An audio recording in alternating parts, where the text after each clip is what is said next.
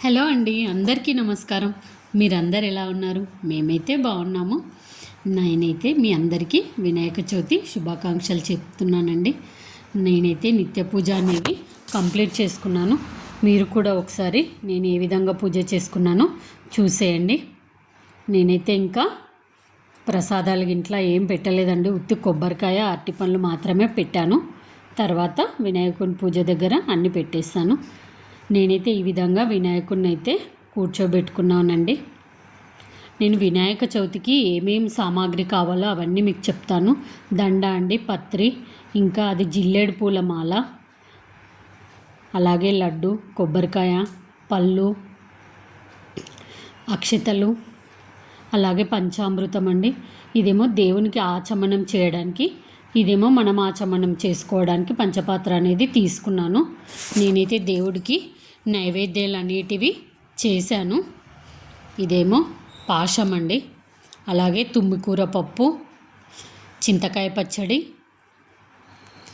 మోదకండి, పులిహోర, వడలు, శనగలు, ఇంకా వైట్ రైస్ అండి. నేనైతే మా హస్బెండ్ అయితే ఈ విధంగా మంచిగా గణపతికి అయితే అలంకరణ చేస్తున్నారండి. నేనైతే నాకు తెలిసిన పద్ధతిలోనైతే పూజ అనేది చేస్తున్నాను. పూజలో ఏదైనా తప్పులు కనుక ఉంటే మీరు కామెంట్ చేయండి. నేను మా హస్బెండ్ ఇద్దరం కలిసి పూజను అనేది చేసుకున్నామండి. వినాయకుడిని ఇంటికి తెచ్చుకునేటప్పుడు తొండం ఎటువైపు ఉండేది తెచ్చుకోవాలని మన అందరికీ సందేహం ఉంటుందండి. ఎటువైపు తొండం ఉన్నా సరే మనకు మంచి ఫలితాలు అనేవి ఇస్తాయండి. ఎడమవైపు తొండం ఉన్నటువంటి గణపతిని కనుక పూజిస్తే మనం చాలా నిష్టగా గణపతిని పూజించాలి. అలాగే ఎలాగో మనం గణపతిని ఇంట్లో ఉంచుకున్నప్పుడు మనం ఎలాగో నియమనిష్టలతో పూజలు అనేటివి చేస్తాము. కుడివైపుకు తొండం ఉన్నటువంటి గణపతిని కనుక మనం పూజిస్తే తొందరగా ఫలితాలు అనేటివి లభిస్తాయండి. అలాగే ఆ గణపతిని క్షిప్ర గణపతి అని అంటాము. తొండం కనుక పైకి చూస్తున్నటువంటి గణపతిని కనుక మనం పూజిస్తే మనకు జ్ఞానాన్ని ప్రసాదిస్తుందండి. ఇక్కడ మా పాప అయితే గణపతి పాదాలు అనేది వేస్తుందండి. నేను చెప్పాను కదండి, ఏ పూజలో అయినా మా పిల్లలనైతే నేనైతే కంపల్సరిగా వాళ్ళని పార్టిసిపేట్ చేయిస్తాను. నా దగ్గర చాక్ పీస్ అయిపోయిందండి, అందుకే పైన ముగ్గుతో వేస్తుంది. మేమైతే మంచిగా గణపతికి షోడశోపచారాలతో పూజన అనేది చేసుకున్నామండి. అలాగే ధూపం, దీపం, నైవేద్యం అన్నీ కూడా నేను గణపతికి సమర్పించామండి. అలాగే గరికతో, అక్షతలతో మేమైతే అష్టోత్తరం అనేది చేసుకున్నామండి. మేమిద్దరం కలిసి పూజ చేయడం నాకైతే చాలా చాలా మంచిగా అనిపించింది. మేమైతే ఇప్పుడు గణపతికి అయితే పత్రాలతో పూజ అనేది చేస్తున్నామండి. ఒక్కొక్క పత్రానికి ఒక్కొక్క మంత్రం ఉంటుందండి. ఆ మంత్రాలతో మేమైతే స్వామివారికి పత్రిని అనేది సమర్పించాము.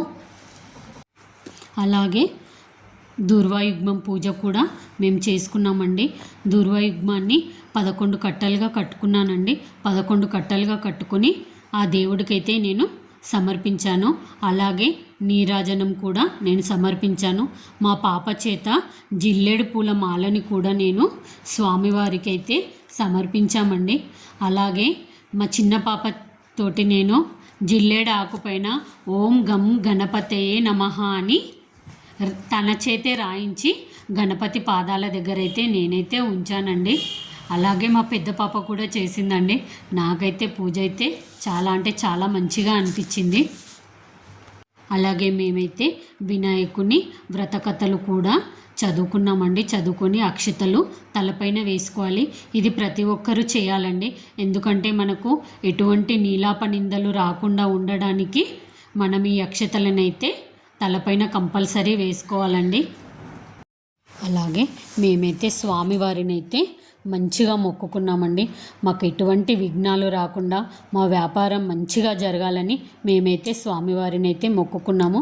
ఆ తర్వాత స్వామివారికి అయితే అర్ఘ్యాలను అనేటివి సమర్పించామండి.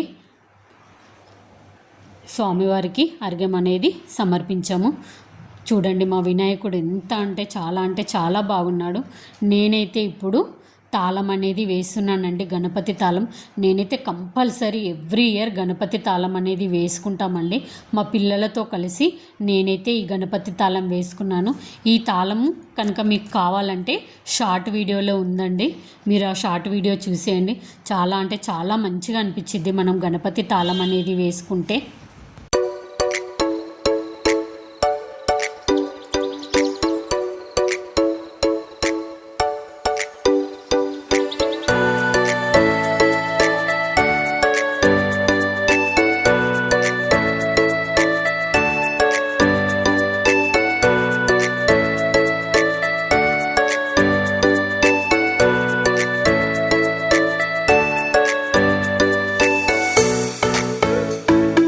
మా ఛానల్ నేమ్ వచ్చేసి చక్కని వ్లాగ్స్ అండి.